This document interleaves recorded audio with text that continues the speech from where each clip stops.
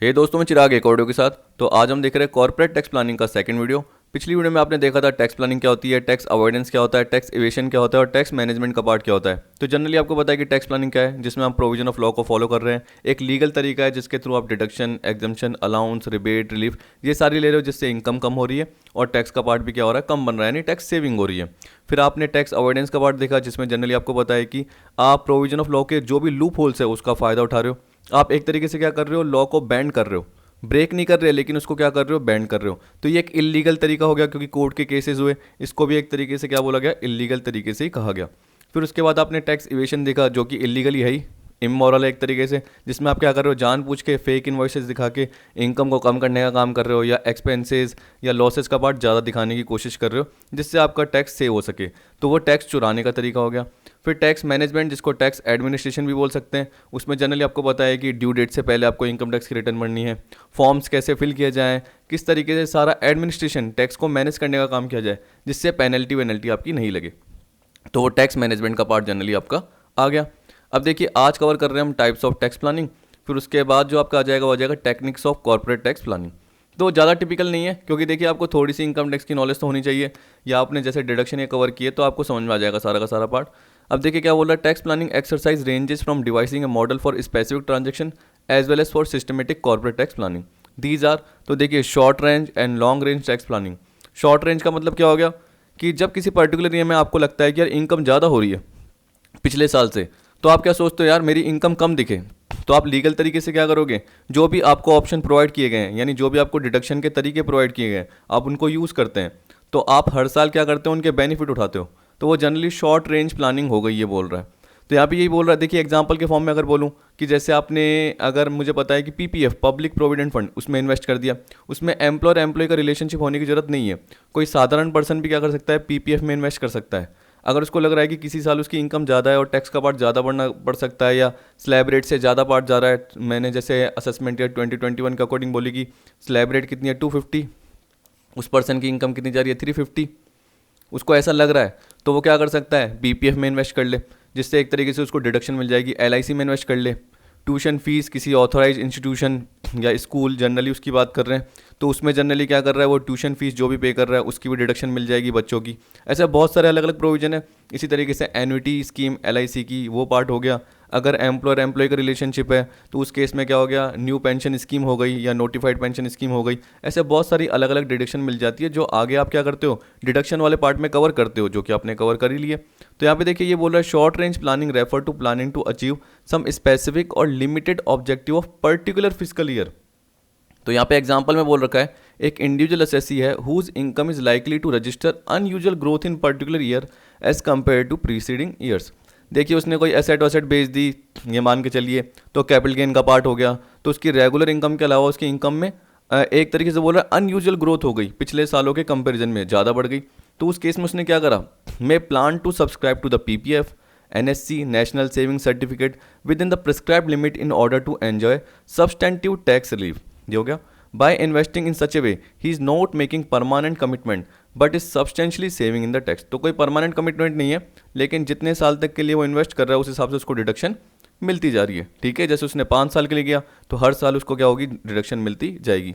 जबकि long range planning में क्या होता है कि जो आपको बेनिफिट मिलता है, जरूरी नहीं कि इमीडिएट मिले, उसका बेनिफिट क्या होगा, आगे साल के लिए मिलेगा। इसका मतलब क्या है कि जो करंट ईयर है उसमें तो जरूरी नहीं कि आपको डिडक्शन मिल जाए या आपकी इनकम कम हो जाए।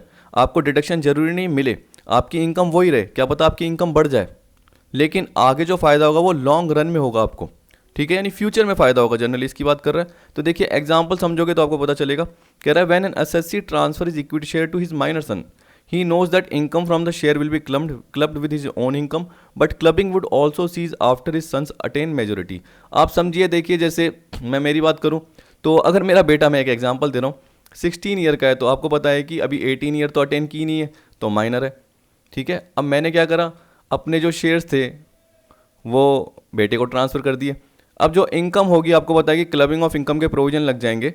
तो जैसे मैं अपनी बात कर रहा हूँ, खुद की बात कर रहा हूँ, तो जो इनकम होगी शेयर की, माइनर को, जो मैंने माइनर को ट्रांसफ़र की है, वो मेरी इनकम में ही क्लब होगी। पर आपको पता है कि जैसे ही 18 ईयर्स की वो क्या करेगा, मेजोरिटी अटेंड कर देगा, माइनर से वो मेजर बन जाएगा, तो उसके बाद तो जो इनकम आएगी वो इसके पास ही आएगी। अब वो क्लबिंग के प्रोविजन नहीं हटेंगे, नहीं लगेंगे, सीधी सी बात है, और वो हट जाएंगे। उस बेसिस में हम बोल सकते हैं कि टैक्स की बचत आगे होगी, फ्यूचर में होगी, अभी नहीं होगी, अभी तो मेरे में जुड़ेगी। ठीक है, तो मैंने क्या बताया कि करंट में तो क्या पता इनकम बढ़ जाए, क्लबिंग ऑफ इनकम के प्रोविजन लग जाए, या इनकम जो थी पहले से वैसे ही रहे, लेकिन फ्यूचर में क्या हो सकती है, एक तरीके से इनकम कम हो सकती है, क्योंकि जनरली हमने क्या कर दिए थे, शेयर्स या जो भी हमारा सोर्स था वो ट्रांसफ़र कर दिया था।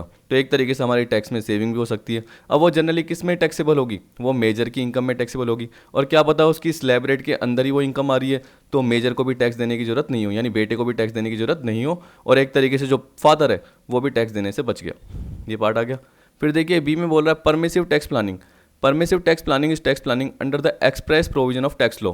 वही देखिए, देखो आपको जैसे एग्जम्पशन, डिडक्शन, रिलीफ, रिबेट जो भी प्रोवाइड किए गए हैं वो सबको पता रहते हैं। इसका मतलब क्या हो गया, एक्सप्रेसिव प्रोविजन है, प्रोविजन सारे के सारे पता है, सेक्शन सबको पता है, जैसे चैप्टर 6A की डिडक्शन ATC से ATU सबको पता है, आप फॉलो करो, आपको टैक्स प्लानिंग में फ़ायदा होगा। एक तरीके से हम बोल सकते हैं कि टैक्स सेविंग होगी। तो यहाँ पे बोल रहा है tax law of our country offer many exemptions and incentive.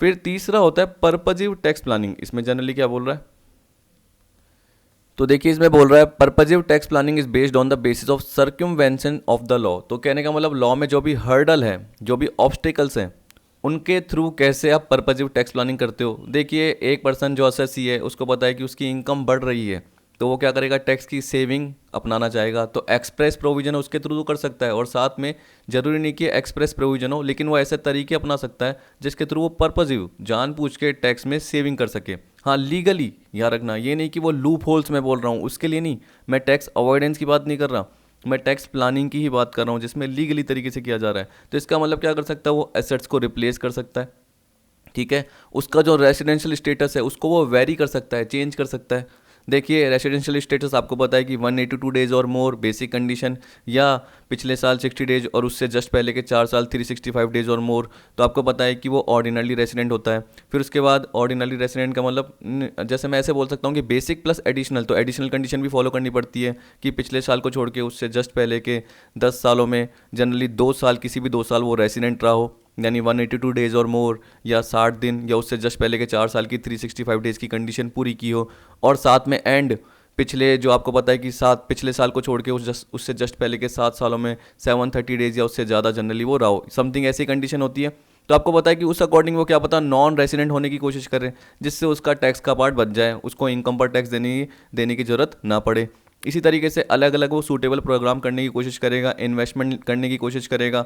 वैसे देखिए आपको पता है कि अगर उसको डेप्रिसिएशन की डिडक्शन चाहिए तो वो मशीनरी खरीदने की करेगा, अगर वो खरीद नहीं पा रहा तो वो क्या करेगा, लीज पे लेगा, वो बोरो करेगा तो उस पर इंटरेस्ट की डिडक्शन मिलेगी। इस तरीके से बहुत सारे पार्ट होते हैं। इक्विटी और डिवेंचर्स, तो अगर वो इक्विटी में जनरली क्या करेगा, एक कंपनी है अगर वो इक्विटी इशू करेगी फाइनेंसिंग के लिए, तो उस केस में उसको डिविडेंड देना पड़ेगा। अब डिविडेंड कभी भी लेस नहीं होता डिडक्शन के फॉर्म में, खर्चों के फॉर्म में, वो एप्रोप्रिएशन ऑफ प्रॉफिट होता है, बल्कि उस पर डिविडेंड डिस्ट्रीब्यूशन टैक्स भी देना पड़ता है, तो थोड़ा नुकसान हो सकता है। लेकिन अगर वो क्या करता, फाइनेंस का सोर्स देखता डिवेंचर के फॉर्म में, तो उस पर इंटरेस्ट देना पड़ता है, तो इंटरेस्ट की कॉस्ट की डिडक्शन मिलती है खर्चों के फॉर्म में, प्रॉफिट कम बनता है। तो इस तरीके से वो पर्पजिव टैक्स प्लानिंग कर सकता है। ठीक है, तो ये बोल रहा था permissive tax planning has the express sanction of the statue. इसका मतलब क्या है, उसमें एक्सप्रेस प्रोविजन ऑफ लॉ होते हैं, लेकिन जो पर्पजिव होती है उसमें कोई भी सच सैंक्शन नहीं होता। If N assessee manages his affair in such a way that his income is taxable in hands of other person without attracting clubbing provision, क्योंकि देखिए क्लबिंग प्रोविजन आ गए तो आपकी इनकम में टैक्सेबल हो जाएगी।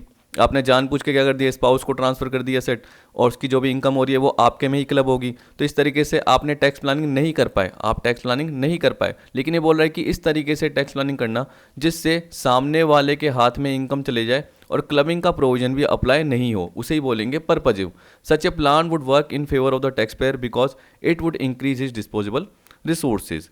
तो वो अपने रिसोर्सेज बढ़ाना चाहता है, वो चाहता है कि उसको डिस्पोजेबल रिसोर्सेज मिले, कि कहाँ पे वो अपनी इनकम को डिस्पोज कर सकता है जिससे टैक्स का पार्ट कम बने। तो वो तरीके उसको सोचने पड़ेंगे। ठीक है, तो वही तरीके यहाँ पे दे रखे हैं, कई तरीके, techniques of corporate tax planning, जिसमें सबसे पहला है tax planning relating to corporate restructuring.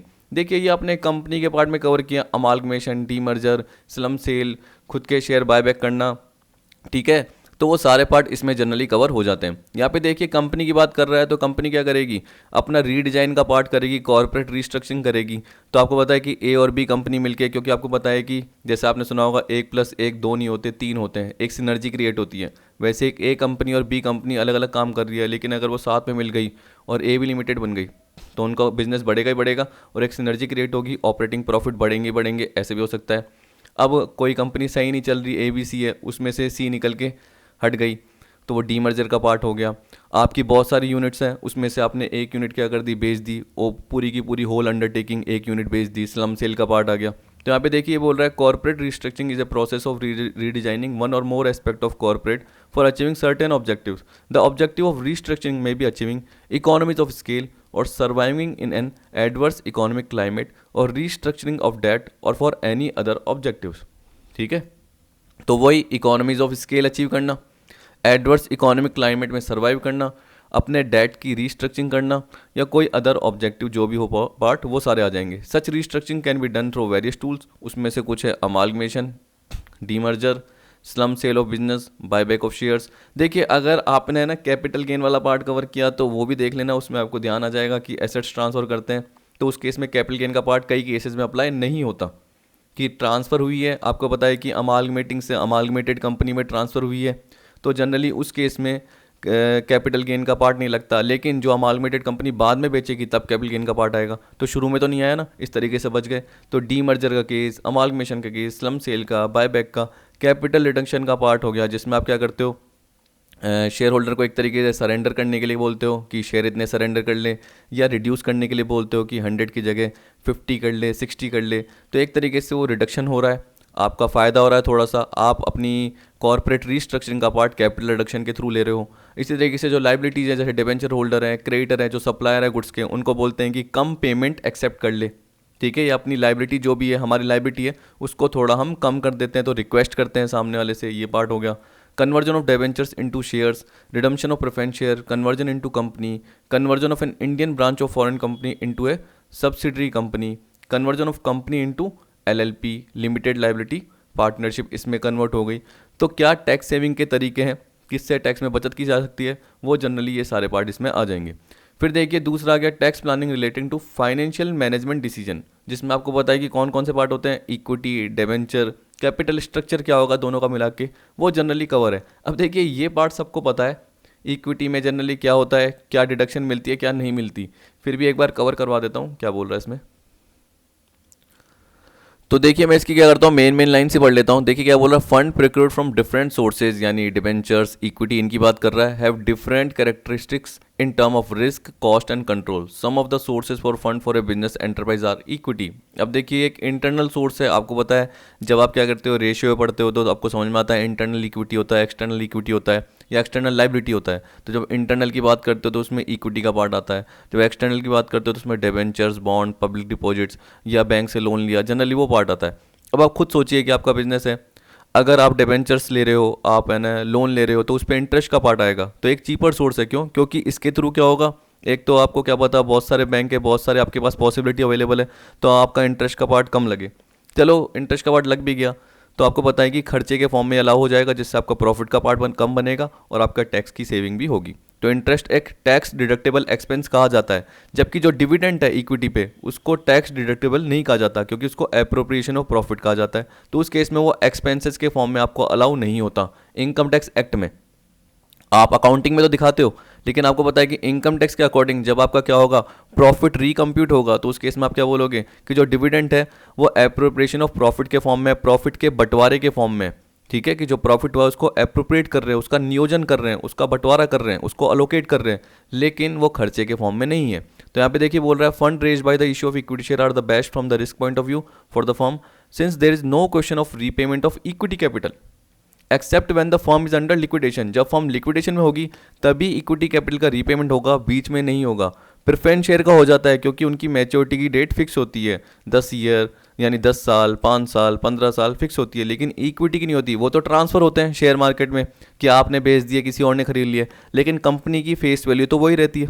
जबकि प्रेफरेंस शेयर क्या होता है, एक पर्टिकुलर मैच्योरिटी डेट पर क्या होते हैं, रीपे करने पड़ते हैं, रिडीम करने पड़ते हैं। जबकि इक्विटी तो क्या होंगे, जब लिक्विडेशन होगा तभी रिडीम होंगे, तभी उनका रीपेमेंट होगा। तो ये बोल रहा from the tax point of view dividends are an appropriation of profit, इसलिए इनको अलाउ नहीं किया जाता एक्सपेंस के फॉर्म में इनकम टैक्स एक्ट में। लेकिन डिबेंचर क्या है, एक सोर्स ऑफ फंड है जो कि शेयर्स के कंपेरिजन में चीपर है because of their tax advantage. क्यों? क्योंकि इंटरेस्ट की डिडक्शन मिल जाती है खर्चे के फॉर्म में। द इंटरेस्ट द कंपनी पे on A debenture is tax deductible. आप सोचिए कि अगर आप profit before interest and tax की बात कर रहे हैं और अगर आप बिना इंटरेस्ट लेस किए उस पर टैक्स लगा के देखिए, ज़्यादा आएगा, और इंटरेस्ट लेस करके एक बार टैक्स लगा के देखिए, कम आएगा। कोई भी एग्जांपल ले लीजिए, जैसे 2 लाख का एग्जांपल ले लीजिए, और उस केस में आप देख लीजिए कि इंटरेस्ट मान के चलिए कोई लोन लिया था 10 लाख का, उसका 10% है, तो उस केस में क्या है, 1 लाख का इंटरेस्ट आपने लेस किया तो बाकी 1 लाख का प्रॉफिट ही बचा जो कि प्रॉफिट बिफोर टैक्स है, और टैक्स की रेट 30% है। तो उस केस में कितना आएगा आपका, 30% के अकॉर्डिंग 30,000 आएगा। कितना आएगा? ठीक है। और अगर आपने बिना इंटरेस्ट लेस करे एक बार 2 लाख का निकाल के देखिए कि अगर इंटरेस्ट का पार्ट नहीं होता और आप सारा इक्विटी के थ्रू करते तो आपको पता है कि लेस कर ही नहीं पाते क्योंकि इंटरेस्ट तो था ही नहीं। तो आपका 2 लाख का 30% कितना हो गया? 60। तो आप देख सकते हैं कि टैक्स का पार्ट डबल हो गया और इंटरेस्ट की वजह से टैक्स का पार्ट क्या हो गया, उसका हाफ हो गया। तो इस तरीके से हम बोल सकते हैं कि इंटरेस्ट का एक टैक्स डिडक्टेबल एक्सपेंस है एग्जाम्पल के फॉर्म में। In this regard following section are relevant amortisation of preliminary expenses. देखिए सेक्शन 35D की बात करता है कि कंपनी के इनकॉर्पोरेशन से पहले के जो भी खर्चे उसका अमोर्टाइजेशन होता है वो राइट ऑफ होते हैं। ठीक। Interest on borrowed capital section 36, actual cost of asset, general deduction, depreciation, tax on distribution of profit. देखिए जो भी ये पार्ट कवर करोगे आप जनरली आपको कहाँ पे दिखेंगे, या तो पीजीबीपी में या मोस्टली आपको इनकम फ्रॉम अदर सोर्स में भी दिख जाएंगे। मोस्टली ये डिडक्शन, जनरल डिडक्शन, जो भी आप एक्चुअल कॉस्ट देख रहे हो, इंटरेस्ट ऑन बोरोड कैपिटल देख रहे हो, तो वो आपको किस में दिख जाएंगे, मेरे को जहाँ तक ध्यान आ रहा है पीजीबीपी वाले पार्ट पे दिख जाएंगे। देखिए बोरोड कैपिटल पे इंटरेस्ट का मतलब क्या है, आपको पता है कि आपने जैसे कोई पर्टिकुलर बिल्डिंग बनाने के लिए लोन लिया, बिल्डिंग कंस्ट्रक्ट हो रही है, तो जैसे बिल्डिंग यूज़ में आएगी आपको पता है उसके बाद से जो इंटरेस्ट है वो रेवेन्यू का पार्ट बनेगा, पर उससे पहले तो कैपिटलाइज होगा। चलो कैपिटलाइज हो रहा है तो उस केस में वो कॉस्ट ऑफ असेट का पार्ट बन जाएगा, कॉस्ट ऑफ यानी कॉस्ट ऑफ बिल्डिंग का पार्ट बन जाएगा जो भी इंटरेस्ट है यूज़ करने से पहले, याद रखना जो भी इंटरेस्ट है तो कैपिटलाइज हो जाएगा। जब कैपिटलाइज हो जाएगा यानी बोरोइंग कॉस्ट कैपिटलाइज हो जाएगी तो उस केस में डेप्रिसिएशन का पार्ट आएगा। अगर वो कैपिटलाइज नहीं होती तो वो रेवेन्यू पार्ट बनेगा, रेवेन्यू पार्ट बनेगा तो खर्चे के फॉर्म में अलाउ हो जाएगा बाद में। ऐसे तो आप देखिए कि क्या पर्टिकुलर आपके लिए बेनिफिट है, बेनिफिशियल है। कैपिटल स्ट्रक्चर देखिए इसी में आ रहा है, optimum capital structure is a mix of equity capital and debt fund. आप क्या करोगे, इंटरनल के साथ एक्सटर्नल कैसे मिक्स कर रहे हो, तो क्योंकि आपको पता है कि जब आप क्या करोगे लीवरेज सिचुएशन में आओगे, लीवरेज का मतलब क्या होता है, एक अनलीवरेज सिचुएशन होती है जिसमें सिर्फ क्या करते हो आप इक्विटी कैपिटल लेते हो, equity share, reserve and surplus, ये सारे पार्ट होते हैं यानी इंटरनल। लेकिन जब आप क्या करते हो इक्विटी के साथ डेट मिक्स करते हो तो उसे हम क्या बोलते हैं, लीवर्ड फॉर्म, लीवरेज फॉर्म। तो इससे पहले तो आप अनलीवरेज में थे, लेकिन जैसे ही डेट परचेज किए या डेट एक तरीके से फाइनेंस के फॉर्म में अरेंज किए तो उस केस में क्या होगा, आप लीवरेज फॉर्म बन गए। तो आपकी रिटर्न क्या होगी, मैग्नीफाई होगी, बढ़ सकती है, क्योंकि जहां पे रिस्क का पार्ट वहां पे रिटर्न बढ़ने के चांस होंगे। तो यहाँ पे देखिए interest on debt fund is allowed as deduction as it is a business expenditure, therefore it may increase the rate of return on owner's equity. तो इसलिए बोल रहा है कि जो ओनर्स इक्विटी है उस पर ये रेट ऑफ रिटर्न बढ़ा देगा, क्योंकि इंटरेस्ट ऑन डेट फंड क्या है, एक बिजनेस एक्सपेंडिचर के फॉर्म में अलाउ हो जाता है। फिर बोल रहा है dividend on equity fund is not allowed as deduction, क्योंकि ये एप्रोप्रिएशन ऑफ प्रॉफिट है, पहले बता दिया। और साथ ही साथ मैंने आपको बीच में ये भी बताया था कि जब डिविडेंड डिक्लेयर करते हैं तो कंपनी को डिविडेंड डिस्ट्रीब्यूशन टैक्स भी देना पड़ता है, जबकि डेट फंड में जो इंटरेस्ट का पार्ट है उस पर थोड़ी कोई टैक्स देना पड़ता है, बल्कि उसकी वजह से तो टैक्स कम आता है। यहाँ पे तो क्या अलग से टैक्स भी देना पड़ा और डिडक्शन के फॉर्म में वो अलाउ भी नहीं हुआ, वो एप्रोप्रिएशन ऑफ प्रॉफिट है इसलिए। तो देखिए C the cost of raising owners fund is treated as capital expenditure, therefore not allowed as deduction. However if the condition of section 35D is satisfied, मतलब अगर वो प्रिलिमिनरी एक्सपेंसेस के form में तो फिर उसको अमोर्टाइज कर सकते हैं। फिर D the cost of raising debt fund is treated as revenue expenditure. अब देखिए जो ओनर्स फंड थे यानी इक्विटी फंड थी उसकी कॉस्ट थी, उसको कैपिटल एक्सपेंडिचर की तरह ट्रीट किया जाएगा, इसलिए जनरली वो डिडक्शन के फॉर्म में अलाउ नहीं होता। हाँ कभी कभी अगर वो प्रीलिमिनरी एक्सपेंस के फॉर्म में तो अलाउ हो जाएगा, पर वैसे आप सोचिए नहीं होगा। लेकिन अगर cost of raising debt fund की बात कर रहे हैं कि आपने डिबेंचर इशू करे, आपने लोन लिया, तो उस पर जो कॉस्ट है वो क्या है, इंटरेस्ट की कॉस्ट है, ठीक है, तो उसको तो रेवेन्यू एक्सपेंडिचर ट्रीट करेंगे। फिर देखिए लीज और बाय, वो हम बाद में भी डिस्कस करेंगे अगले पॉइंट में, यानी अभी आ ही जाएगा आपका लास्ट में पॉइंट। लेकिन उसके बाद दे रखा है tax planning in respect of employees remuneration. तो तो यहाँ पे बोल रहा है कि one has to ensure that while calculating business income of the employer remuneration paid to employer fully deductible, कि जो भी सैलरी पे की जा रही है एम्प्लॉय को वो पूरी की पूरी डिडक्टेबल हो, ये नहीं कि उसमें से कुछ डिसअलाउ का पार्ट हो जाए। One has to see that remuneration received by the employ is taxable in their hand at concessional rates. इसी तरीके से देखिए क्या है, एम्प्लॉय को भी देखना पड़ता है कि जो उनके हाथ में इनकम आ रही है वो कंसेशनल रेट पे टैक्सेबल हो। तो यहाँ पे देखिए ये बोल रहा है deduction of remuneration in hand of employer. फिर मेरे हिसाब से तो जनरली यही है, क्योंकि एम्प्लॉयर के पॉइंट ऑफ व्यू से दे रखा है। तो यहाँ पे क्या बोल रहा है, remuneration to employees engage in carrying on scientific research. तो मैंने क्या बोला, ये जितने भी जो पार्ट है वो पीजीबीपी से रिलेटेड मोस्टली है। तो आप कवर कीजिए, आपको खुद ही पता चल जाएगा। जैसे अगर आपने पिछले पार्ट कवर किए तो आपको पता चल जाएगा कि डिडक्शन क्यों मिल रही है, क्योंकि जनरली ये पे कर रहे हैं, एक्सपेंडिचर ही तो है। Insurance premium on health of employee, ठीक है। अब इससे आप क्या है, एम्प्लॉयज़ को भी बेनिफिट मिलता है, एक तरीके से इंसेंटिव है कि अगर उनको कुछ लग जाती है चोट वोट या उनको बीमारी हो जाती है डिजीज़, तो उनका इंश्योरेंस प्रीमियम करवाया गया है, तो उनको अपनी जेब से नहीं देने पड़ेंगे, ठीक है। तो एक तो उनका ये फ़ायदा हो गया, और एम्प्लॉयर का क्या फ़ायदा हो गया कि उसको खर्चा अलाउ हो गया, और जो एम्प्लॉई है उसके बिजनेस में टिका हुआ है, क्योंकि वो ट्रस्ट कर रहा है, क्योंकि एम्प्लॉयर भी ट्रस्ट कर रहा है, उसका सारा इंसेंटिव के फॉर्म में और प्रीमियम के फॉर्म में उनको फैसिलिटीज़ के फॉर्म में सारी चीज़ें प्रोवाइड कर रहा है। बोनस कमीशन टू एम्प्लॉय देखिए आ गया। Employers contribution toward PF and gratuity fund वाला हो जाएगा। Employers contribution to staff welfare scheme जैसे ईएसआई, एम्प्लॉय स्टेट इंश्योरेंस, ऐसे बहुत सारी अलग अलग स्कीम है, उसमें जनरली एम्प्लॉयर ने कॉन्ट्रीब्यूशन कर लिया। Family planning expenditure, payment of salary allowances perquisites, ये आ गया। Salary payable outside India, payment of salaries to relative. अब देखिए ये सारे पॉइंट कंसिडर करने पड़ेंगे कि अलाउड है या नहीं है। तो ये जनरली हमने किस में कवर कर लिया था, income from business and profession में। Payment of salaries exceeding ₹20,000 in cash or bearer cheque, तो अब वो अलाउड है या नहीं, वो जनरली पीजीबी पार्ट में पूरे के पूरे कवर कर लिए थे, ठीक। तो यहाँ पे तो हमें बस थोड़ा थोड़ा सा पॉइंट पढ़ना है, जिससे मैं आपको बता सकूँ कि टैक्स प्लानिंग का मतलब क्या है। और टैक्स प्लानिंग आप समझ ही गए, जिसमें आप जनरली क्या कर रहे हो, जो पर्टिकुलर लॉ है यानी जो पर्टिकुलर प्रोविजन है उनके मॉरलिटी को देखते हुए उसके अंदर ही काम कर रहे हो। जो डिडक्शन है, अलाउंस है, रिबेट है, रिलीफ है, उसको देखते हुए क्या कर रहे हो, पर्टिकुलर ये सारे पार्ट देख रहे हो। और देखिए tax consideration in specific business situation का मतलब क्या है कि आपने अभी देखा इक्विटी डेट जिस तरीके से आप अरेंज कर रहे हो, वैसे ये बोल रहा है कि आप मेक या बाय डिसीजन आप कंपोनेंट को खरीदो या कंपोनेंट को बनाओ, इन हाउस प्रोडक्शन करो, वो पार्ट आ जाएगा। फिर देखिए इसके बाद आ रहा है लीज या बाय। जो मशीनरी की बात कर रहा है, जो कैपिटल एसेट की बात कर रहा है, वो आप लीज पे लो या खरीदो। खरीदोगे तो आपको क्या होगा, जरूरी नहीं अमाउंट है आपके पास तो आपको लोन लेना पड़ेगा। अगर आप लीज पे लोगे तो इसका मतलब क्या, जनरली आप रेंट पे ले रहे हो। क्या ले रहे हो, रेंट पे, एक लेसी के पॉइंट ऑफ व्यू से। तो उस केस में जरूरी नहीं आपको डेप्रिसिएशन की डिडक्शन मिले। तो ये सारे पॉइंट आपको कवर करने पड़ते हैं जो बेसिक हैं, अगर आप खुद भी पढ़ोगे तो आपको समझ में आ जाएंगे। तो चलिए इस पे चलते, इसमें क्या बोल रहा है, the scope of tax planning is wider. The decision taken by the managers or owner in the interest of business affect the tax liability of the organization. Thus, management has to see the effect of decisions taken by them on taxation. They have to see the different provisions of tax law before taking decisions. The decision taken by them should attract either nil tax liability or reduce the tax liability. देखिए अगर आप special economic zone में अपना business setup करोगे तो आपको उस according क्या होगी, प्रॉफिट की छूट मिलेगी, यानी 100% प्रॉफिट की डिडक्टिबिलिटी मिलती है 5 साल के लिए। फिर उसके बाद 50% मिलती है, उसके बाद आपको रिजर्व मेंटेन करना पड़ता है, तब जाके आपको वापस 50% मिलती है। इस तरीके से आपने सेक्शन 10AA में पढ़ा। तो यहाँ पे क्या बोल रहा है कि आपको वो प्रोविजन पढ़ने पड़ेंगे, जिससे आपके लिए क्या पता, आपकी टैक्स लायबिलिटी नील भी बन सकती है या टैक्स लायबिलिटी आपकी रिड्यूस भी हो सकती है। आपको 1 लाख टैक्स देना पड़ रहा है, उसकी जगह आपको 50,000 ही देना पड़े, क्या पता ऐसा हो सकता है, क्या पता नील देना पड़े। तो यहाँ पे यही बोल रहा है मेक और बाय डिसीजन सबसे पहले, क्योंकि स्पेसिफिक बिजनेस सिचुएशन की बात कर रहा है।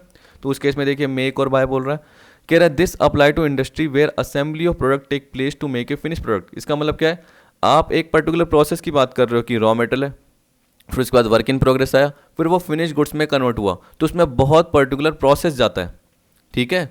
एक पर्टिकुलर डिपार्टमेंट से दूसरे पर्टिकुलर डिपार्टमेंट में जा रहा है, तो उस केस में आपको असेंबली की जरूरत होती है। यहाँ पे देखिए कार का एग्जांपल दे रखा है, जिसमें बोल रहा है वेयर 1000 ऑफ डिफरेंट पार्ट्स और components are assembled to make a car.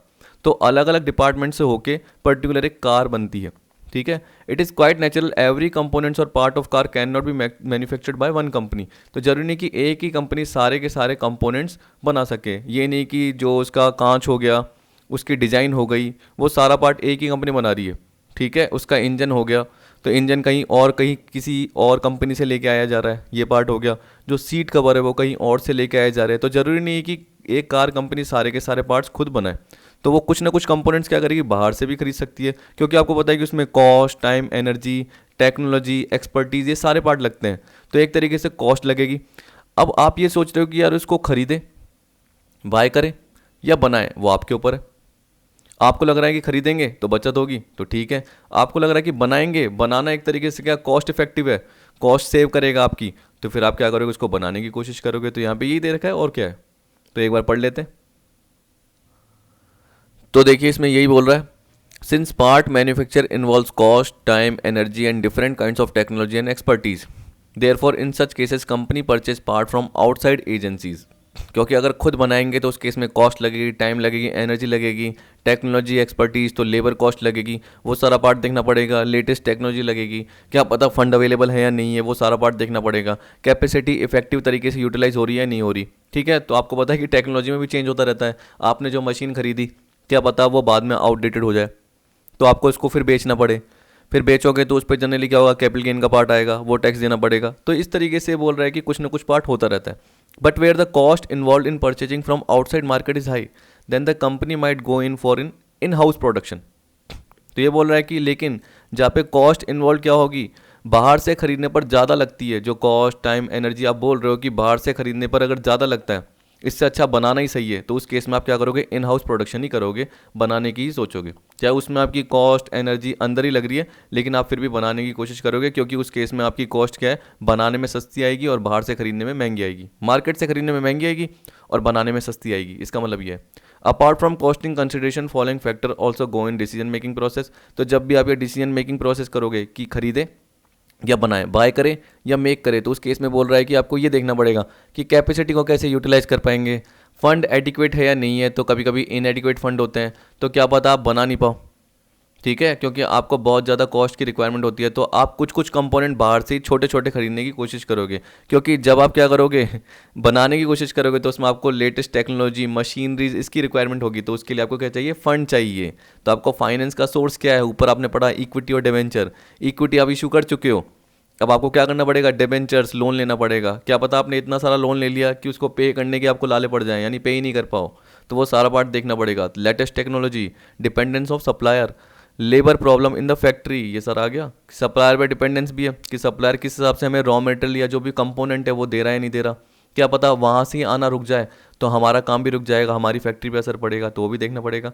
अब देखिए बोल रहा है what are the cost involve in making of part. जब पार्ट बनाएंगे तो उसमें फिक्स कॉस्ट क्या लगेगी, परचेज ऑफ प्लांट, क्योंकि आपको पता है कि जैसे मैंने बोला सीड्स हैं, तो सीड्स जो भी बनती है उसके लिए भी हमें क्या करना पड़ेगा, रॉ मटेरियल परचेज करना पड़ेगा, और उस रॉ मटेरियल को कहाँ पे प्रोसेस करना पड़ेगा, प्लांट में, तो हमें प्लांट एंड मशीनरी परचेज करनी पड़ेगी। फिर वेरिएबल कॉस्ट क्या लगेगी, रॉ मटेरियल खरीदना पड़ेगा, लेबर लगाने पड़ेंगे जो कि क्या कर रहे हैं, उन प्लांट एंड मशीनरी का यूज़ कर रहे हैं, इलेक्ट्रिसिटी, फ्यूल, गैस, बहुत सारे चार्जेस होते हैं, एडमिनिस्ट्रेटिव एक्सपेंसेस, आपको पता है कि फैक्ट्री से रिलेटेड पावर के एक्सपेंस, वो सारे इसमें आ जाते हैं वेरिएबल कॉस्ट में।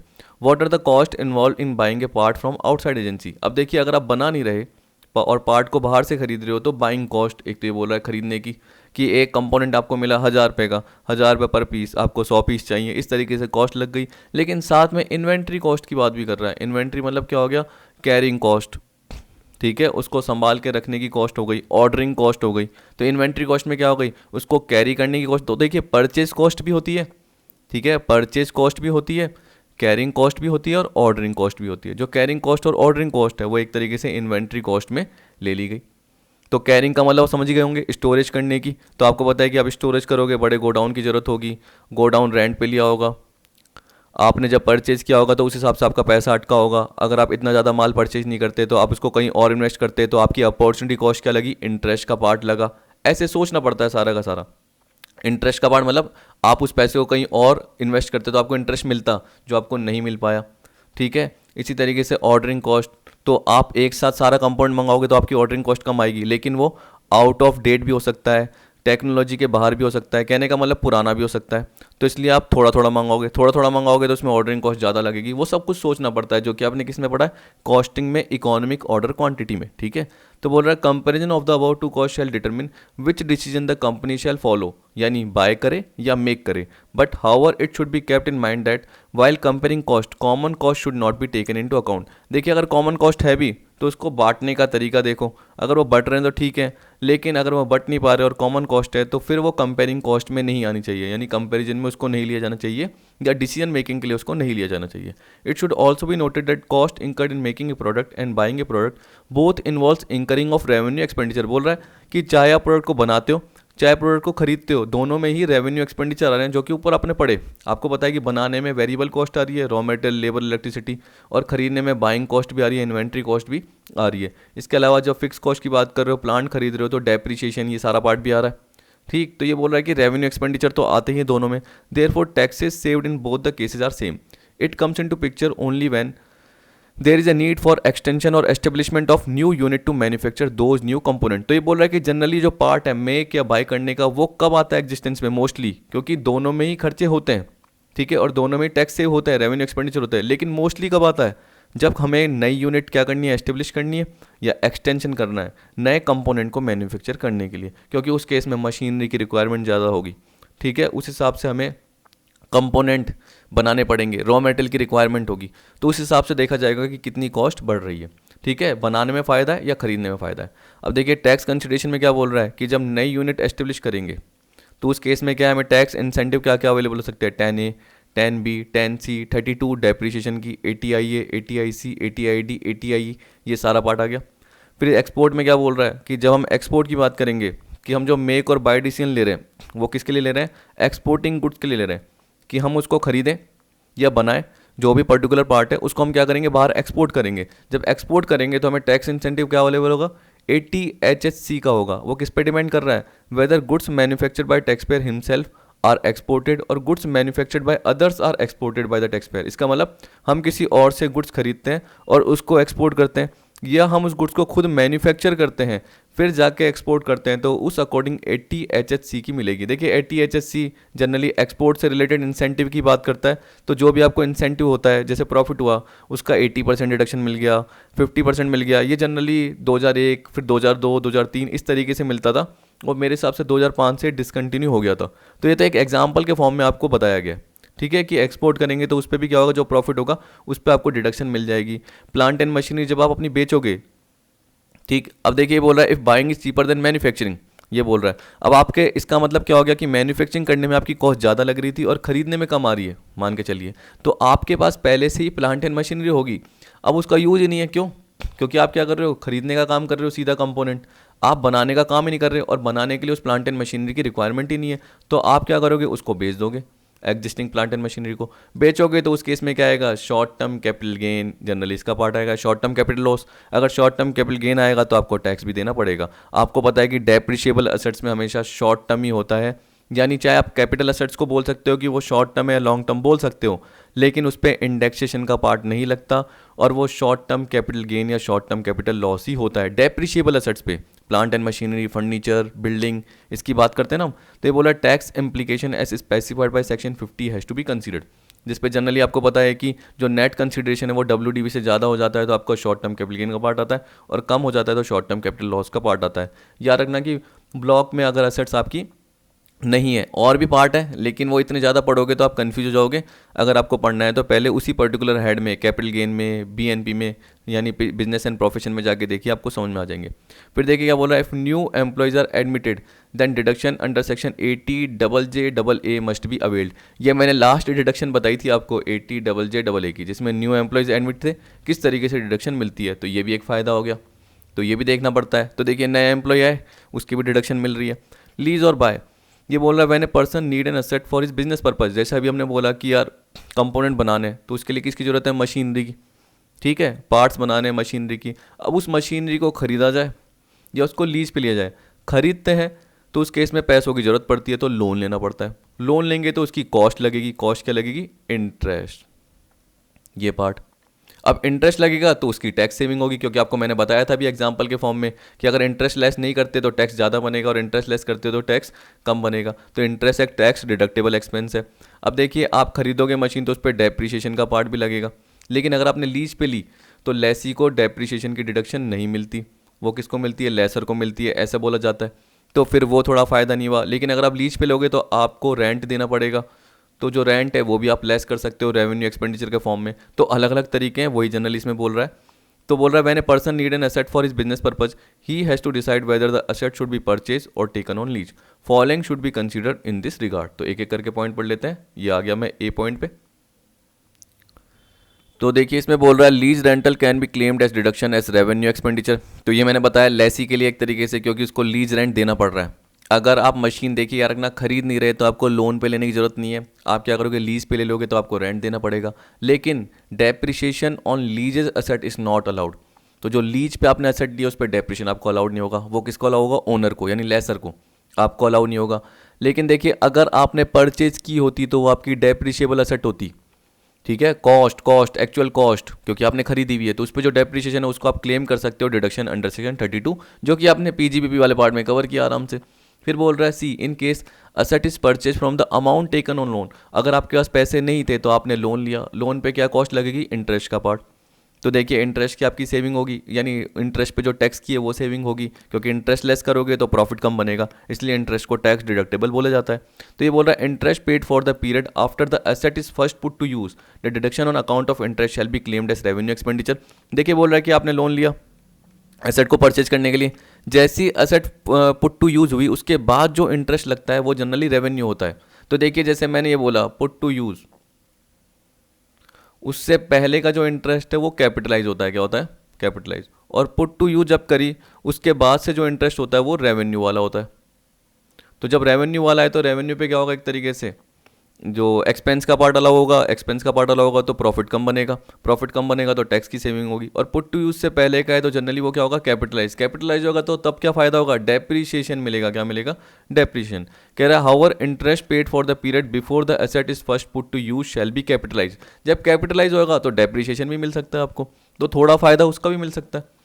फिर डी बोल रहा है any gain on transfer of capital asset is subject to capital gain. In this regard it is to be noted that in case of depreciable asset asset shall be merge in the respective block of asset. देखिए मैंने block of asset बताया हुआ है, तो याद रखना कि अगर ब्लॉक ऑफ असेट में कोई भी एसेट नहीं है तो शॉर्ट टर्म कैपिटल गेन या लॉस भी हो सकता है। लेकिन अगर ब्लॉक ऑफ असेट में कोई भी एसेट है, जैसे फर्नीचर की बात कर रहे हैं, तो आपको पता है कि 3 फर्नीचर हैं, अगर तीनों की तीनों बेच दोगे तो इसका मतलब ब्लॉक में कोई भी एसेट नहीं है, फर्नीचर का ब्लॉक ही गायब हो गया। तो उस केस में शॉर्ट टर्म कैपिटल गेन भी हो सकता है, लॉस भी हो सकता है। अगर कंसिडरेशन का पार्ट ज़्यादा है डब्ल्यूडीवी से तो गेन होगा, और कंसिडरेशन का पार्ट कम है तो उस केस में शॉर्ट टर्म कैपिटल लॉस होगा। लेकिन आपने 3 में से एक बेच दी और आपका कंसिडरेशन का पार्ट एक फर्नीचर का ही ज़्यादा है तो तब शॉर्ट टर्म कैपिटल गेन। लेकिन अगर कम है तो तब डेप्रीशिएशन का पार्ट निकलेगा, क्योंकि डब्ल्यूडीवी में कोई ना कोई अमाउंट होना चाहिए और ब्लॉक में कोई ना कोई असेट होनी चाहिए, तब जाके डेप्रीशिएशन निकलेगा। अब ये अगर पार्ट आपको समझ में नहीं आ रहा तो इसका मतलब आपने जो मेरे से कैपिटल गेन के या पीजीबीपी के प्रोविजन है वो ढंग से कवर नहीं करे। अगर वो करोगे तो आपको समझ में आ जाएगा। अब देखिए बोला following calculation are to be made, ये देखने के लिए कि भाई लीज पे ले या बाय करें।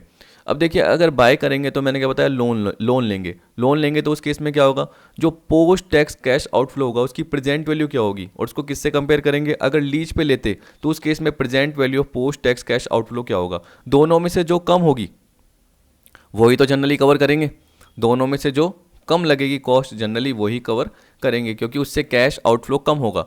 देखिए बोल रहा है cash outflow equal to loan repayment plus interest on loan. आप सोचिए कि अगर आप बोरो कर रहे हो तो उस केस में आपको क्या करना पड़ेगा, लोन का रीपेमेंट करना पड़ेगा प्लस आपको इंटरेस्ट ऑन लोन भी देना पड़ेगा। Since both depreciation and interest on loan are tax deductible, क्योंकि आपने लोन लिया तो उस पर इंटरेस्ट का पार्ट है।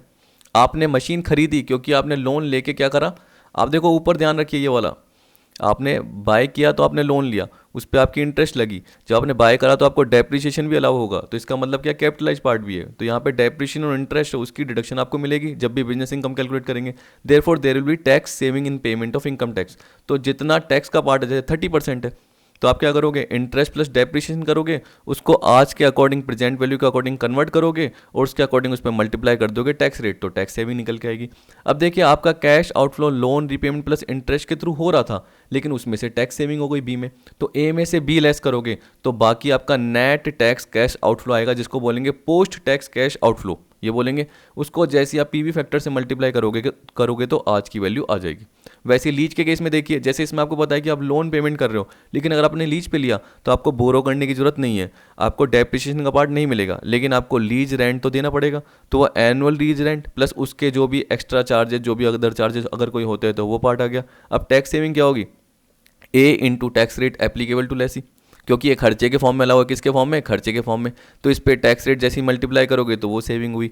तो जनरली देखिए ए में से बी लेस करेंगे तो क्या होगा, पोस्ट टैक्स कैश फ्लो आएगा, यानी कैश आउट फ्लो आएगा, और उसको जैसे पीवी फैक्टर से मल्टीप्लाई करेंगे तो वो पार्ट आ जाएगा। कह रहा है should select the option which shows lesser present value of cash outflow. मैंने क्या बताया कि जिसकी कॉस्ट कम होगी, क्योंकि देखिए कैश आउटफ्लो कॉस्ट को डिनोट कर रहा है, तो जो कॉस्ट कम होगी जनरली वही कवर करेंगे। ठीक, अब देखिए आ रहा है रिटेन, रिन्यूअल और रिप्लेसमेंट ऑफ असेट। रिटेन मतलब क्या बोल रहा है कि एसेट्स को हम क्या कर रहे हैं, अपनी ऑपरेटिंग सिचुएशन में ही ठीक कर रहे हैं, यानी ऑपरेटिंग सिचुएशन में चलाने के लिए, ऑपरेटिंग एफिशिएंसी उसकी मेंटेन करने के लिए क्या कर रहे हैं, एक्सपेंसेस इंकर कर रहे हैं। तो जनरली वो रेवेन्यू एक्सपेंडिचर के फॉर्म में, जो आपने पीजीबीपी के पार्ट में देखा था सेक्शन 30, सेक्शन 31, उसमें अलाउ हो जाएगा। तो देखिए क्या बोल रहा है, expenses incur to keep the asset in usable or operating situation is known as repair. If an organization spent on repair of asset, such expenditures are allowed under Section 30, 31 of the Income Tax Act. If expenditure is deductible as revenue expenditure, the cost of financing such expenditure is reduced to the extent of amount of tax saved. ये बोल रहा है। देखिए इसका मतलब है कि generally आपको पता है कि आपको रिपेयर करना है तो उसके लिए आपको अमाउंट की जरूरत है, तो उसके लिए भी आपने क्या पता, फाइनेंसिंग की कॉस्ट इंकर करी हो, मतलब आपने लोन या पर्टिकुलर लिया हो, तो बोल रहा है कि उस केस में जो भी उसका इंटरेस्ट का पार्ट है वो भी क्या होगा, रिड्यूस कर दिया जाएगा to the extent of amount of tax saved. तो जितना एक तरीके से वो रिपेयर के फॉर्म में काम आ रहा है तो उसकी जो फाइनेंसिंग की कॉस्ट है उसको भी उतना ही रिड्यूस कर दिया जाएगा। तो ये आ गया रिटेन का पार्ट, जिसमें आप ऑपरेटिंग एफिशिएंसी मेंटेन कर रहे हो। फिर दूसरा पार्ट क्या बोला, रिन्यूअल। अब देखो रिन्यूअल से क्या होता है, कभी कभी ऑपरेटिंग एफिशिएंसी मेंटेन होती है और कभी कभी क्या होता है, एफिशिएंसी इंक्रीज हो जाती है। तो जब एग्जिस्टिंग कैपेसिटी को अगर आप इंक्रीज कर रहे हो तो वो कैपिटलाइज हो जाता है। कैपिटलाइज होगा तो डेप्रिसिएशन अलाउ होगा। अगर वो कैपिटलाइज नहीं होता, एफिशिएंसी इंक्रीज नहीं होती, नॉर्मली चल रही होती है, तो रेवेन्यू एक्सपेंडिचर का पार्ट बन जाएगा। ठीक है, रेवेन्यू बनेगा तो वो खर्चे के फॉर्म में अलाउ हो जाएगा, रेवेन्यू एक्सपेंडिचर के फॉर्म में, और प्रॉफिट कम बनेगा, टैक्स सेविंग होगी। तो ये बोला when a part of asset is change to keep the asset in operating or usable situation is known as renewal. जब ये बोल रहा है कि एसेट का कुछ पार्ट चेंज कर दिया जाता है ताकि जो एसेट है वो ऑपरेटिंग या यूजेबल सिचुएशन में हो। अब ऊपर देखिए यहाँ पे क्या बोल रहा है, एसेट को यूजेबल या ऑपरेटिंग सिचुएशन में लाने के लिए रिटेन। इसका मतलब क्या कर रहे हो, जो उस पार्ट, जो पर्टिकुलर पार्ट है जो खराब लग रहा है उसी को आप सही कर रहे हो, उसी को सही कर रहे हो, उसको रिप्लेस नहीं कर रहे हो। यहाँ पे क्या रिन्यूअल में क्या बोल रहा है, when a part of asset is change to keep the asset in operating or usable situation is known as renewal. ये पार्ट आ गया। तो देखिए जैसे मैं बोलता हूँ कि इंजन, अगर इंजन खराब हो गया तो इंजन हम क्या कर रहे हैं, रिप्लेस कर रहे हैं, तो हम चाहते हैं कि वापस से वो उसी ऑपरेटिंग या यूजेबल सिचुएशन में आ जाए। लेकिन आप क्या कर रहे हो कि एक पर्टिकुलर इंजन, जैसे मान लो कि इंजन पुरानी कैपेसिटी का था, वो इतनी ज़्यादा क्या कर सकता था, एवरेज नहीं देता था, तो आपने चेंज कर दिया। मान लो कि जैसे फॉर एग्जांपल बाइक की इंजन की बात करता हूँ, तो 150 सीसी का इंजन है, अब आपने 300 सीसी का लगा दिया तो कैपेसिटी बढ़ गई। कैपेसिटी बढ़ गई तो उसको कैपिटलाइज बोला जाएगा। लेकिन आपको पता है कि 150 सीसी को रिप्लेस करके 150 सीसी लगा रहे हो, तो जनरली वो ऑपरेटिंग या यूजेबल सिचुएशन का पार्ट ही बनेगा, वो रेवेन्यू एक्सपेंडिचर बनेगा। तो बोला sometime these expense are treated as revenue expense and sometime it is treated as capital expense. If capacity of asset is increase because of renewal then it will be capital expenditure आ गया, अगर capacity बढ़ती है तब। And such expenses are disallowed under section 31 of income tax act. तो अगर आपने ये अलाउ कर रखे हैं तो डिसअलाउ हो जाएंगे। क्यों? क्योंकि इन पे डेप्रीशिएशन ओनली अलाउ होगा and not deductible directly from the income. तो इनडायरेक्टली कैसे होगा? डेप्रीशिएशन के फॉर्म में। But on such expenses the depreciation will be allowed as deduction under section 32 of income tax act. In case because of renewal the capacity is not increase, the expenditure will be treated as revenue expenditure and allowed as routine repair expenses under section 30 and 31 of income tax act. यानी इसका मतलब क्या हो गया कि अगर capacity क्या होती है, इंक्रीज होती है, और अगर कैपेसिटी इंक्रीज नहीं होती यानी ऐसे रहती है, तो आपको पता है कि कैपेसिटी इंक्रीज होती है तो उसको जनरली हम क्या बोलेंगे? कैपिटल एक्सपेंडिचर मानेंगे। और कैपिटल एक्सपेंडिचर मानेंगे तो वो खर्चों के फॉर्म में डिसअलाउड हो जाएंगे, लेकिन वो डेप्रीशिएशन के फॉर्म में अलाउड हो जाएंगे। जब भी मैं खर्चों के फॉर्म में बोलूँ मतलब रेवेन्यू एक्सपेंडिचर नहीं मानेंगे, लेकिन अगर कैपेसिटी वही रहती है तो उस केस में वो रेवेन्यू एक्सपेंडिचर के फॉर्म में अलाउ होंगे, यानी सेक्शन 30-31 के अकॉर्डिंग अलाउ होंगे, उन पर डेप्रीशिएशन का पार्ट नहीं लगेगा। Thus the expenses incur to get capacity of asset back is a revenue nature expense. लेकिन अगर एग्जिस्टिंग कैपेसिटी इंक्रीज हो रही है तो उसको बोलेंगे कैपिटल एक्सपेंडिचर।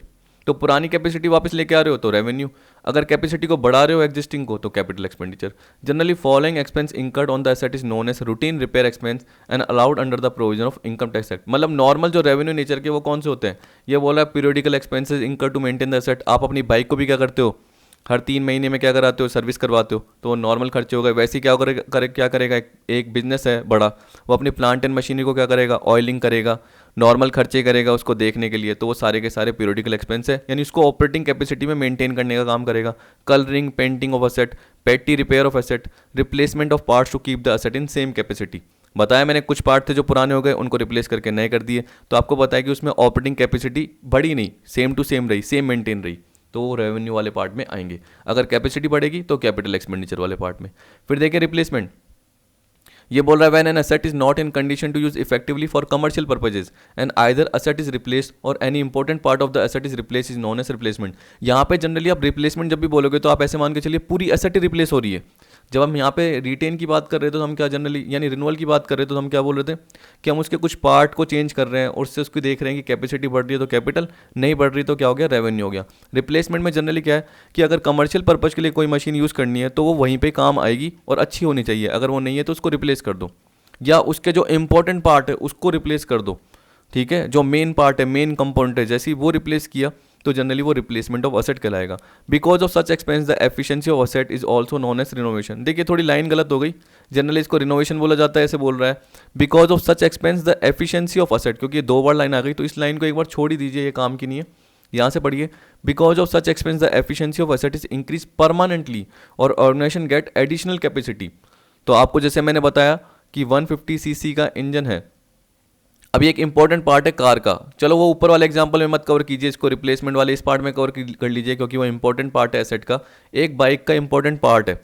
अगर आपने 150 की जगह 300 सीसी लगा दिया तो कैपेसिटी इंक्रीज ही होगी परमानेंटली, ये पार्ट आ गया, तो एक तरीके से वो भी रिप्लेसमेंट कहा जा सकता है। लेकिन अगर आपको सिंपल वे में समझना है तो एक पूरी की पूरी एसेट आपने क्या कर दी, रिप्लेस कर दी, एक पूरी की पूरी मशीनरी आपने क्या कर दी, बेची और उसकी जगह नई खरीद ली, तो उस केस में हम क्या बोलेंगे, रिप्लेसमेंट, क्योंकि आजकल की टेक्नोलॉजी के हिसाब से नहीं आएगी मशीन, ठीक है।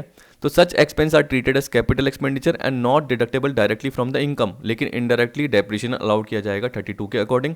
Eight the time of taking the decision regarding replacement of asset, organization must think about the increase in profitability because of increase in efficiency. The profit will be analyzed for the tax point of view. देखिए जब decision लेंगे तो उस case में ये भी देखेंगे कि प्रॉफिट तो बढ़ेगा ही क्योंकि प्रोडक्शन ज़्यादा होगा, तो ये मत सोचिए कि प्रॉफिट इंक्रीज हो रहा है तो यार टैक्स ज़्यादा लगेगा। देखो प्रॉफिट इंक्रीज होगा क्योंकि एफिशिएंसी बढ़ेगी। आप टैक्स सेविंग किस पॉइंट ऑफ व्यू से चाहते हो, आप इससे नहीं चाहते कि आपका प्रॉफिट जो आप यूनिट पहले क्या कर रहे थे 200 बना रहे थे अब 400 बना पा रहे हो, बल्कि आपके लिए फ़ायदा है, ठीक है, आपके लिए फ़ायदा है। तो उस अकॉर्डिंग सोचना पड़ेगा टैक्स पॉइंट ऑफ व्यू से कि टैक्स सेविंग कैसे हो रही है, खर्चे कैसे अलाउ हो रहे हैं। अब देखिए इसमें क्या बोल रहा है अगले पॉइंट में, शट डाउन और कंटिन्यूइंग ऑपरेशन, कि आप अपने बिजनेस के जो भी पार्ट है उसको शट डाउन कर दो या कंटिन्यू करो, या आपकी 4-5 यूनिट है उसमें से एक यूनिट को आपने बंद कर दिया, ऐसे जनरली पार्ट हो गया। या बंद नहीं कर रहे, आप थोड़ा सा क्या कर रहे हो, उसकी ऑपरेशनल कैपेसिटी को थोड़ा सा कम कर देते हो, जिससे जो लॉसेज है उसको आप अपने चलते हुए बिजनेस के साथ सेट ऑफ कर सकते हो। तो इस तरीके से आप क्या कर सकते हो, टैक्स में सेविंग कर सकते हो। Sometime business force to shut down due to following reason, demand fall हो गई, इसकी वजह से फाइनेंशियल प्रॉब्लम हो गई, चेंज इन टेक्नोलॉजी में चेंज हो गया और आप उस नई टेक्नोलॉजी को अडॉप्ट नहीं कर पा रहे क्योंकि उसके लिए बहुत ज़्यादा अमाउंट की ज़रूरत है, फंड की ज़रूरत है, जो कि आप अवेल नहीं कर पा रहे क्योंकि आपके पास पहले से फाइनेंशियल प्रॉब्लम है, डिमांड कम है पुरानी टेक्नोलॉजी की वजह से और नई टेक्नोलॉजी को आप अडॉप्ट नहीं कर पा रहे, हाई रेट ऑफ टैक्सेशन लग रही है जिससे आप सर्वाइव नहीं कर पा रहे, मिसमैनेजमेंट हो गया, कमर्शियल बैंक्स का प्रेशर है क्योंकि आपने लोन ले रखा है, आपको पहले वो भी पेमेंट करना है, तो इसलिए आप नया बिजनेस स्टार्ट नहीं कर पा रहे या पुराने बिजनेस को ही सर्वाइव यानी चला नहीं पा रहे। तो बोल रहा है following are the important points which are to be considered by an SSC while taking shut down and continue decision. देखिए ये क्या है कि जितने भी आप कॉर्पोरेट टैक्स प्लानिंग के देख रहे हो, अलग अलग बुक में आपको कुछ ना कुछ अलग अलग पॉइंट दिख जाएंगे क्योंकि जनरली ये टैक्स प्लानिंग की बात कर रहा है, तो टैक्स प्लानिंग तो बहुत तरीके से हो सकती है। तो जब प्रोविजन पढ़ोगे तो आपको कुछ और भी एक्स्ट्रा मिल सकते हैं, तो वो भी कवर कर लेना, पीडीएफ अगर आपको कहीं से और भी मिल जाती है। देखिए बात कर रहा है treatment of losses and unabsorbed depreciation. देखिए अब यहाँ पे क्या बोल रहा है, treatment of losses and unabsorbed depreciation, तो बिजनेस लॉस की बात कर रहा है। तो ये बोल रहा है कि अगर बिजनेस या प्रोफेशन का डिसकंटिन्यू लॉस है, हैज़ बीन डिसकंटिन्यूड लॉस, तो वही बिजनेस का लॉस है, आपका बिजनेस प्रोफेशन है, लॉस हुआ बिजनेस में और आपने उसको डिसकंटिन्यू कर दिया, तो उसको आप कैरी फॉरवर्ड कर सकते हो, can be carry forward and set of against profit and gains of business और प्रोफेशन। तो इसका मतलब क्या हो गया कि अगर कोई डिसकंटिन्यूड लॉस हो गया उसको आप आगे कैरी फॉरवर्ड कर सकते हो और सेट ऑफ कर सकते हो against profit and gains of business और प्रोफेशन, जो कि आपने carry forward and set of और लॉसेज वाले पार्ट में कवर किया। फिर देखिए बोल रहा है अनएब्जॉर्ब डेप्रिसिएशन, इसको भी आप यूज कर सकते हो। It can be set of against income under any head बोल रहा है। Can be carried forward end of for indefinite period, इसका मतलब अनलिमिटेड पीरियड के लिए, इसमें कोई लिमिट नहीं है। जैसे आपको पता है कि 4 ईयर 8 ईयर जनरली ये आपने पढ़ा जब भी सेट ऑफ का पार्ट आता है, लेकिन अनएब्जॉर्ब डेप्रिसिएशन के केस में ऐसा नहीं होता। Whether business is carried on और डिसकंटिन्यूड, चाहे बिजनेस कैरिड है या चाहे बिजनेस डिसकंटिन्यूड है, इसका मतलब इसको किसी और भी आपके जो बिजनेस है उसके अगेंस्ट आप सेट ऑफ कर सकते हो। यही तो बोल रहा है, whether business is carried on और डिसकंटिन्यूड, उसको आप कैरी फॉरवर्ड कर सकते हो। If a part of business is discontinued in the previous year, it can not be regarded as discontinuation of business in the previous year. क्यों? क्योंकि business का कुछ पार्ट ही डिसकंटिन्यू हुआ है, पूरा बिजनेस डिसकंटिन्यू नहीं हुआ, तो इसको डिसकंटिन्यूएशन ऑफ बिजनेस नहीं कहा जाएगा। The loss can be set off by the same person who has suffered the loss, ये बोल रहा है। लेकिन कुछ पॉइंट एक्स्ट्रा बता रखे हैं जिसमें क्या हो सकता है, कभी कभी आपको सेट ऑफ किसी और लॉसेस के थ्रू भी दूसरी इनकम पे भी मिल सकते हैं। देखिए जैसे एग्जांपल के फॉर्म में बोल रहा है, the assessees entitled to set off his loss carried forward from the previous year against the income of wife and minor child included in his income. क्योंकि आप देख सकते हैं माइनर चाइल्ड की जो भी इनकम है उसने सोर्स ट्रांसफर किया था माइनर चाइल्ड को, तो जो भी माइनर चाइल्ड को इनकम हुई वो इसकी इनकम में क्लब हो गई। वाइफ की जो भी इनकम है वो उस हस्बैंड की इनकम में क्या हो गई, क्लब हो गई। तो अब जो भी हस्बैंड को क्या है लॉस हो रहा है, जो उसने कैरी फॉरवर्ड किया है, उसको वो यूज़ कर सकता है, उसको वो सेट ऑफ कर सकता है। इसी तरीके से देखिए क्या बोला, loss by amalgamating companies can not be set off by the amalgamated company except as per section 72A, जो 72A है उसके अकॉर्डिंग हो सकता है लेकिन उसके अलावा नहीं हो सकता। Loss suffered by HUF in its business can not be set off by the members after partition of the family, family का पार्टीशन हो गया, मेंबर के हिस्से में जो भी पार्ट आया तो उसकी जो बिजनेस की इनकम है उससे HUF के लॉस को सेट ऑफ नहीं किया जा सकता। HUF के लॉस को जो उसके मेंबर जो पार्टीशन के बाद जो उसको बिजनेस का पार्ट आया और जो इनकम जनरेट हुई उससे वो सेट ऑफ नहीं कर सकता, तो मेंबर कभी भी इस लॉस को सेट ऑफ नहीं कर पाएगा। मैंने पार्टनर डाइज और रिटायर, ये बोला जब पार्टनर की डेथ हो जाती है, रिटायर हो जाता है, तो his share of loss can not be set of and carry forward by the reconstituted firm. जैसे ABC है, C की डेथ हो गई या रिटायर हो गया, अब रिकॉन्स्टिट्यूटेड फर्म किसकी हो गई, A और B की, इन्होंने बिजनेस कैरी किया, तो ये नहीं कि इसका जो भी लॉस है ये A और B सेट ऑफ कर सकते हैं, ऐसा नहीं कर सकते। फिर बोल रहा है विड्रॉल ऑफ सर्टेन डिडक्शन। देखिए कभी कभी क्या होता है कि आपकी जो डिडक्शन मिली हुई है किसी पर्टिकुलर ईयर में, तो दूसरे ईयर में क्या होती है वो डिडक्शन डिसकंटिन्यू हो जाती है और वो इनकम के फॉर्म में टैक्सेबल हो जाती है। तो देखिए क्या बोला, the following deduction will be withdrawn and liable to tax in the year in which business is discontinued. जिस साल बिजनेस डिसकंटिन्यू हुआ तो ये डिडक्शन आपके लिए इनकम का पार्ट बन जाएगी और उस पर टैक्स का पार्ट बनेगा। तो आपको जो डिडक्शन पहले मिली थी वो कौन सी मिली थी, 33AB की, T development account, coffee development account. तो ये मैं आपको मेरे हिसाब से डिडक्शन वाले पार्ट में बता चुका हूँ या इनकम फ्रॉम अदर सोर्स वाले पार्ट में बता चुका हूँ। तो वहाँ पे देख सकते हैं आप deduction under section 115BT reserve for shipping business. तो ये आपको मिली थी डिडक्शन, लेकिन जैसे ही बिजनेस डिसकंटिन्यू हो गया तो ये वापस से क्या हो गई, टैक्सेबल हो गई। Deemed income if the asset use for scientific research, आपको पता है कि एसेट यूज हुई साइंटिफिक रिसर्च के लिए, जिसमें आपको पता है कि उसकी वेटेड डिडक्शन मिलती है, नॉर्मल डिडक्शन मिलती है, ठीक है। या फैमिली प्लानिंग के लिए assets, if asset use for scientific research and family planning, उनको बेच दिया आपने, तो पहले आपको पता है कि उसकी डिडक्शन मिल चुकी है 100% 150%, लेकिन एक पर्टिकुलर टाइम पीरियड तक आप उसको यूज़ करना है, समथिंग 8 ईयर या 5 ईयर ऐसे कुछ होता है, एक बार वहाँ जाके देख लेना, आपको उस तक उसको यूज़ करना होता है। लेकिन उससे पहले ही अगर आप उसको बेच देते हो तो उस केस में जो भी डिडक्शन आपको क्लेम की गई थी वो आपका प्रॉफिट मान लिया जाएगा पिछले साल में, जिस साल में आपने एसेट बेची है। तो बोल रहा था selling price to the extent of deduction claimed shall be deemed as profit of the previous year in which such assets are sold, ठीक है। Sale of depreciable asset at a time of sale there में भी short term capital gain, short term capital loss. मैंने आपको बताया अगर net consideration WDV से ज़्यादा है तो शॉर्ट टर्म कैपिटल गेन होगा, otherwise short term capital loss, मतलब अगर उल्टा है WDV ज़्यादा है और नेट कंसिडरेशन कम है तो लॉस का पार्ट होगा। Short term capital gain taxable है और शॉर्ट टर्म कैपिटल लॉस को only short term capital gain से सेट ऑफ कर सकते हो, लॉन्ग टर्म कैपिटल गेन से भी नहीं कर सकते, याद रखना। फिर देखिए यहाँ पे क्या बोल रहा है, sale of other assets in case of other assets, यानी डेप्रिशिएबल एसेट्स के अलावा उस केस में लॉन्ग टर्म कैपिटल गेन भी हो सकता है, शॉर्ट टर्म कैपिटल गेन भी हो सकता है, लॉन्ग टर्म कैपिटल लॉस भी हो सकता है, शॉर्ट टर्म कैपिटल लॉस भी हो सकता है। याद रखना डेप्रिशिएबल एसेट्स में only short term capital gain या शॉर्ट टर्म कैपिटल लॉस होगा और बाकी सारी एसेट्स में उनके यूज़ के अकॉर्डिंग शॉर्ट टर्म भी हो सकता है और लॉन्ग टर्म भी हो सकता है।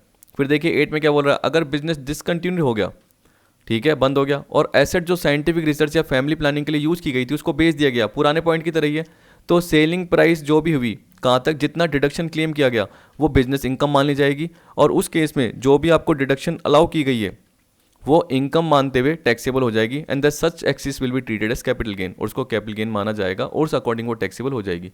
फिर ये बोला if a person is running more than one business the loss making business should not B discontinued.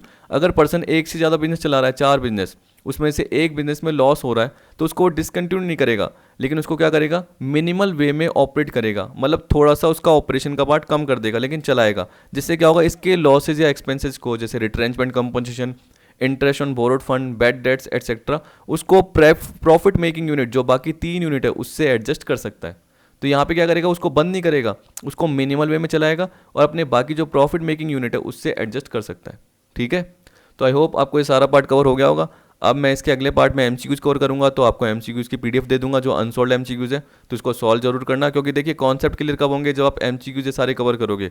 Live classes क्या है वो भी मैं चला सकता हूँ, लेकिन जनरली उसमें क्या होगा कि आ गए पर्टिकुलर वेट करना पड़ता है 2 घंटे। जनरली क्या होगा, 1 घंटे की क्लास जो मैं प्रोवाइड करता हूँ वो 2 घंटे क्या होंगे आपके वेस्ट होंगे। लेकिन फिर भी आगे मैं क्या करूँगा, धीरे धीरे करके बढ़ाता जा रहा हूँ पार्ट को, तो जैसे जैसे हम आगे बढ़ते जाएंगे क्या पता मैं लाइव क्लासेस भी लेके आ जाऊँ।